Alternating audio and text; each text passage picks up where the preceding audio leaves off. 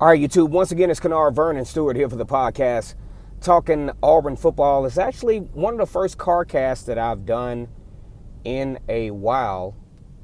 I want to give a big shout out to Gregory Lawrence, who kind of helped me with that a little bit. And then you have John Edwards, who does the Catholics for Rednecks podcast, that has coined the Barncast, which I think is absolutely hilarious. Go ahead and subscribe to Vernon Speaks Sports Auburn. Also get active in the comments section. Down in the Deep South, college football is king. And on the loveliest village of the plains in Auburn, the battle cry is War Eagle. All right, it's a beautiful Friday afternoon here in the Deep South, and we're talking Auburn football, and we're trying to figure out what the next piece of drama is going to be on the plains. For one, you talk about a horrific loss to Penn State, 41-12 at home, only down 14 points. Only down 14-6 going into halftime. And next thing you know, like they say down here, all hell breaks loose. Penn State outscores Auburn 27-6 in the second half on their way to a very monumental victory on their behalf. And as a matter of fact, they jumped up a lot of spots in the top 25 poll, and Auburn is now searching for more answers and got a whole lot of questions. So, looking at the scope of things, you see the media. The media loves pouncing on Auburn. I'm talking about it whenever anything Auburn-related even seems to be negative, the media just pounces on Auburn. They're already looking for Auburn's next coach. You look at a lot of the media outlets that says who are the top 3 coaches, and a name to that I think, I don't have a negative or positive opinion on this. A name that keeps popping up is Deion Sanders. Deion Sanders doing a lot of great things down at Jackson State and has definitely changed the trajectory of historically black college and university football, better known as HBCU, because before a long time, there was just literally no focal point on that brand of football. But then, Deion Sanders has some of the best recruits, getting some of the best transfer portals, and he's really dominating in the HBCU realm in a way that has been unprecedented. I haven't seen anything like that since Houston Markham at Alabama State and Eddie Robinson, one of the great historic coaches of historically black college football at Grambling State University. But anyway, Auburn has its own problems to map out. You got a situation where Bryan Harsin is definitely, just like every SEC coach in the league, you're always on the hot seat because there's always pressure to win. There's a lot of money placed in these programs. And needless to say, this is a must-win situation for Bryan Harsin. Now, you got some big problems, though.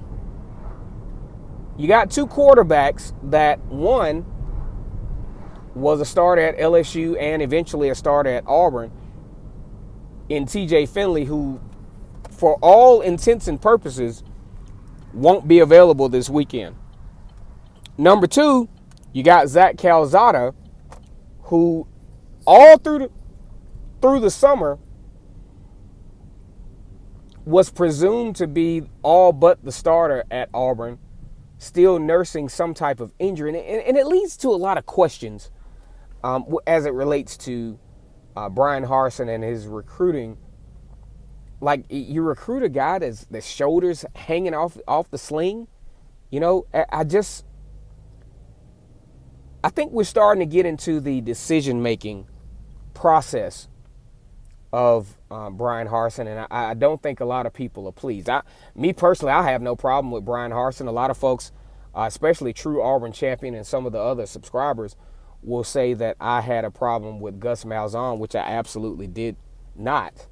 As a matter of fact, I was accused of sunshine pumping Gus Malzahn on my channel because I have the utmost respect of the leadership of these kids, and I know that it's not an easy job, and I know that it's not a easy situation or an easy situation to be able to lead kids from high school to college and make them successful and get them in a position to where they can be very viable players on the college, on the Power 5 football level. So, I just, there were some things that Gus Malzahn did that I didn't particularly like, but I was shocked just like everybody else that he, was terminated after a 6-4 season. And, during COVID, I thought, he could have gotten another shot year-wise, but, people twist your words and they do things like that. And that's just all a part of the program. But Auburn has a really interesting situation. The offensive line definitely got exposed against Penn State. Penn State, a very talented defensive line there. They really manhandled Auburn, kept T.J. Finley and Robbie Ashford under pressure. And that's going to be a focal point here in this Missouri game. And then, now I absolutely am disturbed by the T.J. Finley injury. I want to see, though, how Bryan Harsin handles this. Because basically you got Robbie Ashford with not a lot of Power 5 experience, and then you got Holden Grenier right out of high school that's going to be asked to foot the bill for at least the Missouri game and the LSU game. How is that going to look? How can it look? With the right play calling and with the right game plan, it doesn't have to look bad. Because your defense ain't that bad. You only allowed about 400 yards against Penn State, I think. And that's enough to hold your own against the typical Power 5 team. LSU, yes, they're reeling. They're really hot off of a nice win over Mississippi State. They have some great athletes down there. But you got LSU at home. And you have an opportunity to go into the Georgia game 4-2 if things fall in your favor. The Auburn fan base, after a loss, the loss was bad. Don't get me wrong. The loss was absolutely bad. But Auburn has had some bad losses in their day. You talk about 2003, big team coming into the Jordan-Hare Stadium, USC. Auburn ranked among the best in the country. Get shut out at home. But then they go on to go 9-4, win the Music City Bowl, and then go undefeated the next year. Now, I want to know your thoughts on, how you think Auburn will prevail here against Missouri. Go ahead and like the video, comment, and subscribe to Vernon Speaks Sports Auburn. And as always, it's great to be an Auburn Tiger, War Eagle.